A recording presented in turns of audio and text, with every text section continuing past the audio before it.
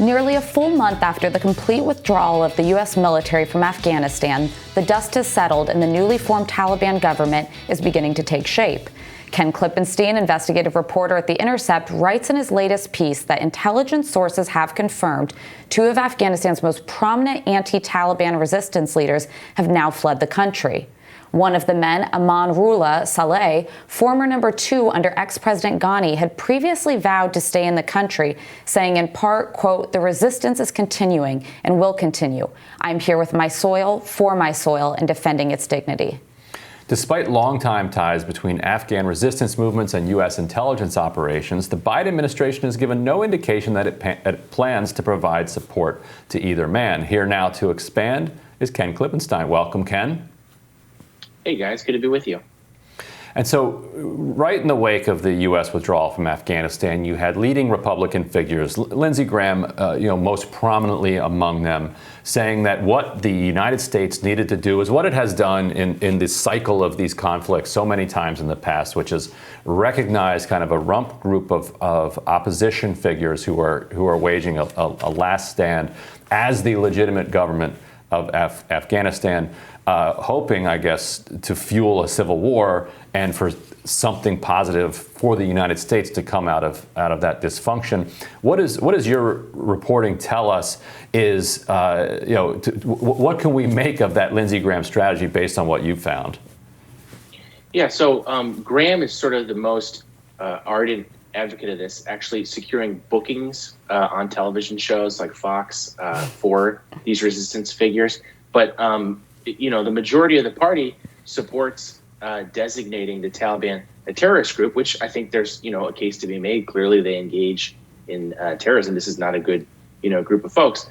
That being said, that's sort of a soft way to go about making it so that the U.S. government recognizes or works with the opposition, because you're essentially saying that the government in place is not legitimate. What we're seeing here now with the present administration is fascinating, because this may be a break for the first time in my entire life, going back decades, of constantly backing opposition groups here. And at least for the time being, I'm not saying this won't change, but for the time being, this administration has not been willing to back that opposition. And I know for a fact that there have been efforts to try to arm them on a private basis by private groups, and the administration has balked at that, and they're not willing to go ahead with it.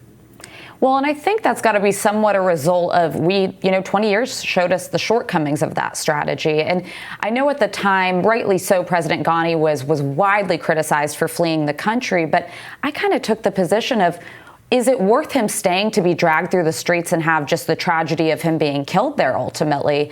I think that there was some thought clearly behind just having a clean break.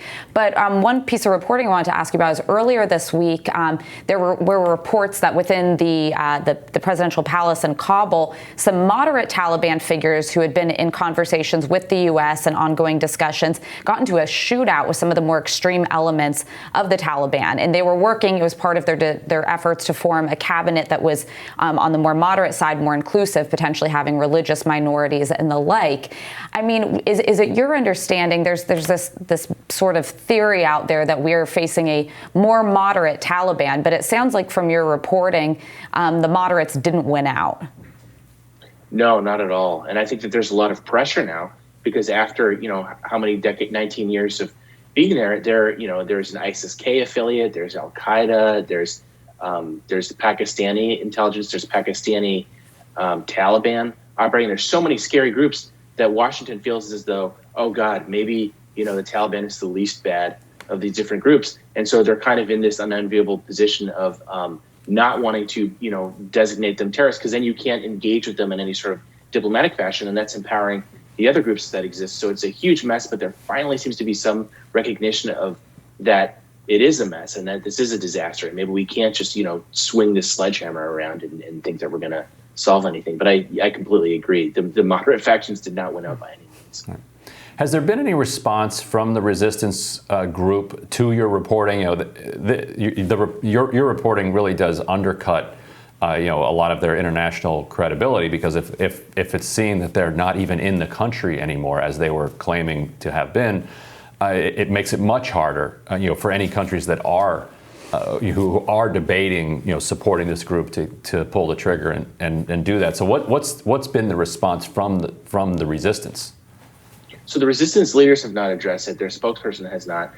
There has been people that are clearly in that corner that have kind of remonstrated and said, "Oh, this is coming from India. This is coming from some country that has a stake in this," and that's not true. We were very careful to source this, not just to U.S. intelligence officials, but also to until recently Afghan intelligence officials, so that we can get this from a few different angles and perspectives. I think that there's not going to be a lot of pushback because it's obvious that they will have left because the Taliban's sort of blitz across the country was just so overwhelming and so effective.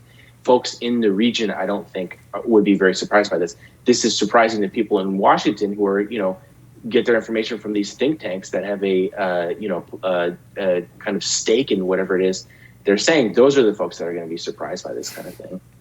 And what are you hearing domestically as far as if the administration would at any point recognize the Taliban as a legitimate government and open diplomatic relations?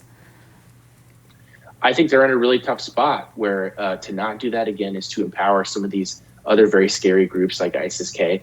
But at the same time, the administration is not being totally honest about what the Taliban is for that exact reason, because they want to be able to, preserve some kind of relationship with them to keep things from becoming what they were in 2000, 2001, where it's a staging ground for Al-Qaeda and, giving them aid and comfort.